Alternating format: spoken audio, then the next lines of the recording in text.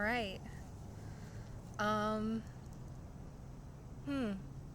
I felt called to this exact spot. I've got my laptop resting on a piece of wood. um, yeah, okay. I'm just gonna take a few conscious connected breaths here. To ground into this energy.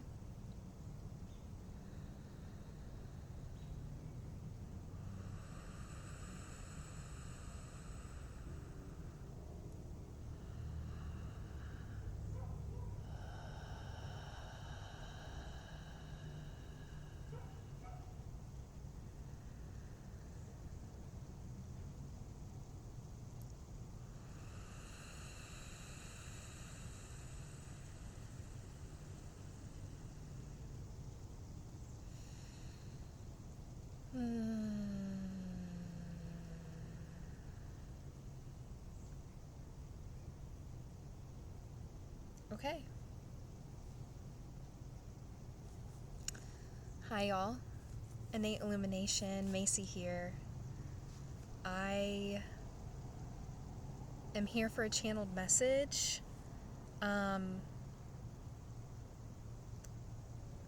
I am recording this under a Cancer moon, and Cancer is my south node.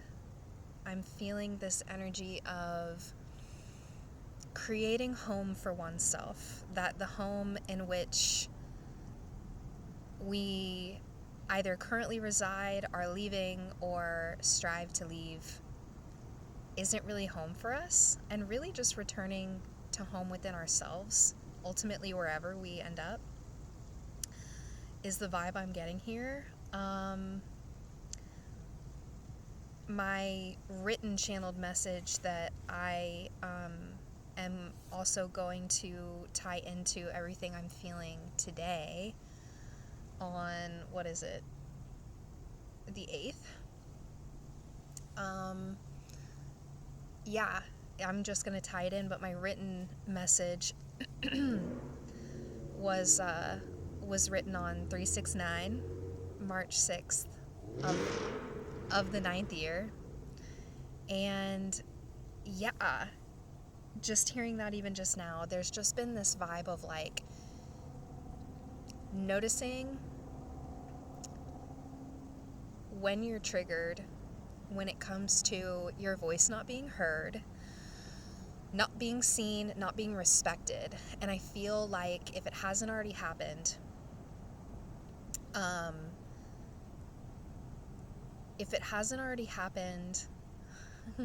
got a little bird friend. Hi, buddy. If it hasn't already happened,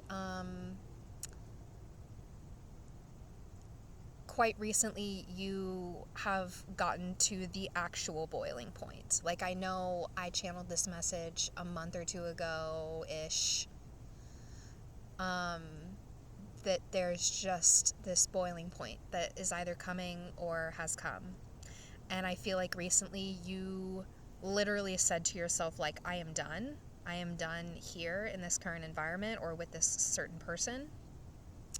And you have energetically cut them off at this time. Like, the decision has been made or will be made. And now it's a matter of actually removing yourself.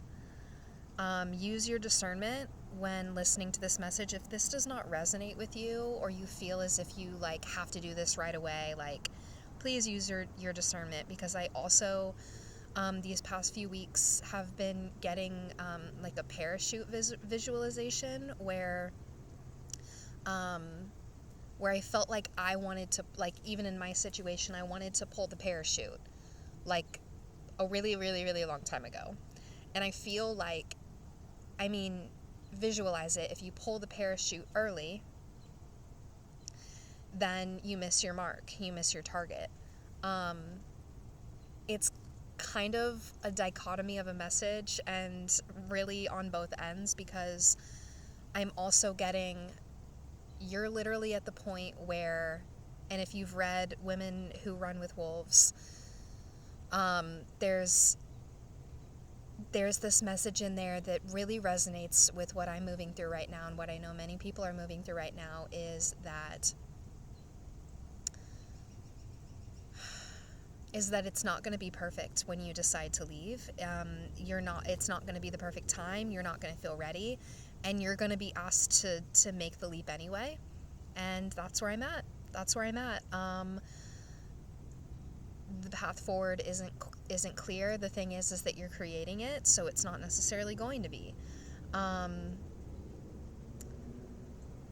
walked over here and actually unintentionally walked through a wedding ceremony that had just gotten over. I feel like there's like a marriage happening,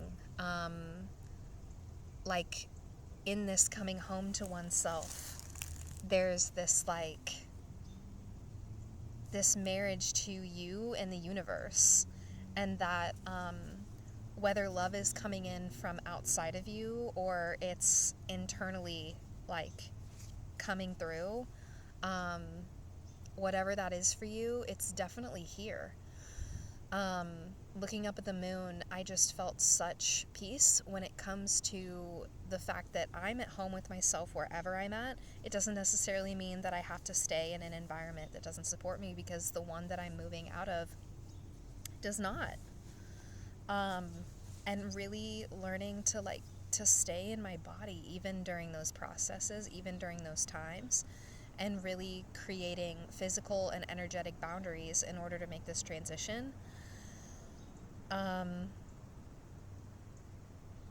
The biggest message that came through these past few days, very, very synchronous. I've been getting the image of Arya from Game of Thrones. If you haven't watched Game of Thrones, there's how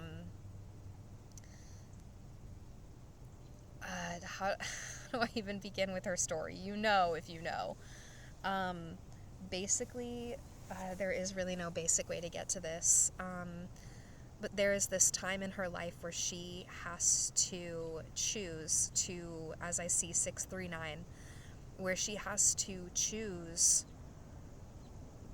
to literally give up everything, to have no face and no name, and her attachment to everything that she once was completely falls away. And this is in order to prepare her for the biggest mission of her life on Earth. And I feel like that's what a lot of people are moving through right now. Moving through having no face and no name, even when detaching from the past, not even having too much of an attachment to the future and the thing that you're building, having passion for it, having goals and having those things, as well as it's almost as if the detachment that you're learning from your past is also teaching you to be detached from your future, not in a way where you aren't manifesting what you want, more so just knowing that you're whole regardless, and that it allows you to flow a lot more easily, and recognizing that the way in which you create home within yourself and also manifesting it physically isn't always going to look exactly how you expected it to, and the way in which you get there is not going to be exactly how you expected it to. So I feel like this level of detachment that you're learning and continuing to move through is teaching you to flow, with life, and to really know that I know you don't feel ready, but this is part of it. This is part of the faith. This is part of, and I don't mean that in a religious way, but it can be, just having that faith of not having proof, not having anything, and really having no face and no name, to not attaching to the role of a daughter or a mother or a sister or a brother or an employee or a physician or a facilitator or a healer even, and just being. Knowing that, like, you may have those roles, and learning how to not wear a mask in any of them is definitely a journey. And continuing to be yourself, wherever you are, whatever you're doing. And I feel like having home within oneself is like the self-mastery of that. Okay, so no face, no name, having detachment from past, present, and future. Yeah, the parachute. Don't need to find anyone else's center but your own. Especially if you are a facilitator of healing. Yeah. Knowing that it's knowing that you can only do so much for someone, and they have to learn how to find what is supportive for them. And that's really what facilitating healing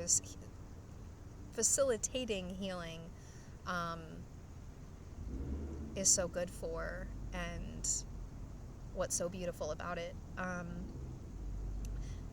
No matter how much something or someone attempts to keep you in place or treat you like a version of yourself that tolerated their you know you're not that person anymore. The decision has been made based on that notion alone. Even though it's unknown and you're moving through fear, not around it, not removing it, not releasing it, moving through it.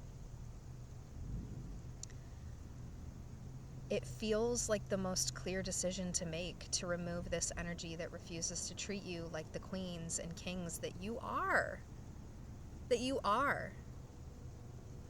To remove yourself, more so. Not remove it, but to remove yourself. And that has been one of the biggest lessons that I'm even moving through, is just moving through the detachment of trying to create this perfect little fairy tale of a life, and that it's in the imperfections, it's in the dirty, grimy, scrappy ways that we move through this that are the most beautiful, and that are going to be the most rewarding to look back at and be like, I did that. Removing yourself, that is the lesson here, is that it is in removing yourself from the energy, not removing the energy.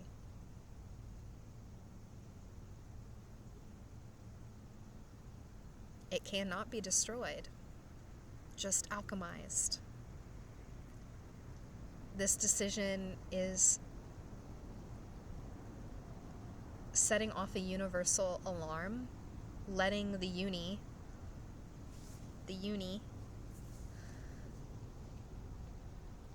know that you're not fucking around, and the karmic cycle has been broken. Saturn is going to be moving into Aries in May, and this is definitely a physical representation of karmic cycles coming to an end and new karmic cycles of action beginning. And I know y'all are already feeling that. It's like a preparation phase, right? Especially with Mars making itself known in other signs as well. You are speaking up for yourself and expressing your needs, and are showing up as you without second guessing your actions and words. And if you haven't physically removed yourself yet, and you're taking steps to do that, and I feel like now it's coming from a place of not having attachment to perfection, and knowing that whatever you do next, you bring your magic with you. You bring that magic with you, babe. I'm going to do a quick tarot pull and then get going. But yeah, you bring your magic with you, my love. What's at the bottom of the deck? Ametrine, 13. 13, I feel like, is a number of the unknown. It's like this mystery, like past the 12 zodiacs, past the 12 houses. This is the path that you're creating, because the energy has already been opened up. The 13th zodiac has already come into fruition, and this is the energy that I feel like a lot of people are tapping into lately, is that like this new energy is being created and is already here and is already within us.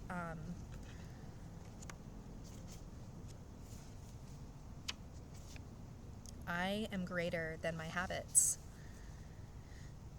is the affirmation for that card. Not to be confused with amethyst. Ametrine is distinguished by its purple and yellow colors. The combination of amethyst and citrine together brings the properties of both wisdom and protection to the forefront. Even though we may not think we have some type of habits that we would benefit from removing from our life, whether it's eating junk food or spending a little too much time on social media. Honestly, what came to me first. I'll read the journal prompt from here. What are a few habits that I could improve upon? But really what came through to me was the connection to the solar plexus, our power, our will, our drive, our ability to take action, our passion, our inner fire, and connection with the divine, in connection with 5D energy, in connection with our spirit guides, in connection with what our heart is asking us to do, no matter how off the beaten path it is. And that's what I feel like this ametrine energy is. Aries. Okay? Aries is in the game. It has been, and when Saturn moves into Aries, it's going to be a bumpy ride. At the same time, you've been preparing for it. It's like you've been learning these grounding methods and this way of shining so bright that no matter what you do, you're going to be able to use your fire without burning the house down. You're going to be able to take inspired action in alignment with your path, regardless of what you do. You know, there's going to be things where you may think, well, how am I going to make a living? How am I going to do these things? But that's the thing. You're going to get scrappy. And also you're going to be in environments where at first you're going to be like, am I meant to be here? And then just by you shining bright and sharing what you've learned and what you've been through with detachment from your past, with detachment from your story, you can still share it and know that you no longer are there anymore. You can still share it. Like, I can still share the fact that I can still share my journey through autoimmune chronic illness and a psychiatric condition and the disconnection between my mind and body without having attachment to that anymore, without defining myself with those limiting labels and diagnoses anymore. Aries is in the game, y'all. I can go ahead and read it. I embrace adventure. So like this new journey, it's going to be a solo one. Geese normally flock together, right? One goose just flew by in the sky. It's going to be a solo journey. Embrace that, because again, your magic goes everywhere with you. No matter what you do, no matter where you go. Greeting the morning sun. Aries is anxious to start the day. They've decided to get a workout in, enjoy their favorite breakfast. You know what? I don't even need to read that. I'll read the journal prompt though. What would excite me every day? How could I make that my reality? And that's the thing, is that like, have detachment from perfection, because like, if right now you are needing to get out of your situation, know that you can go and do anything and still create while doing that. Like for me right now, I'm building my holistic intuitive practice, and if tomorrow it doesn't pick up or I don't get clients right away, which, putting that into the universe, I know it'll happen when it's meant to happen, Really just having faith in that, that it's in the journey of creating this and making these videos and making my astrological breathwork videos and continuing to share my truth and channel collective messages that is so magical for me and inspiring to me. And I'm going to continue to do that no matter what I do. Confirmation verb. There we go. Yeah. Amatrine again. I love that. Okay, is there anything else really just... Oh my gosh, Amatrine again. This is...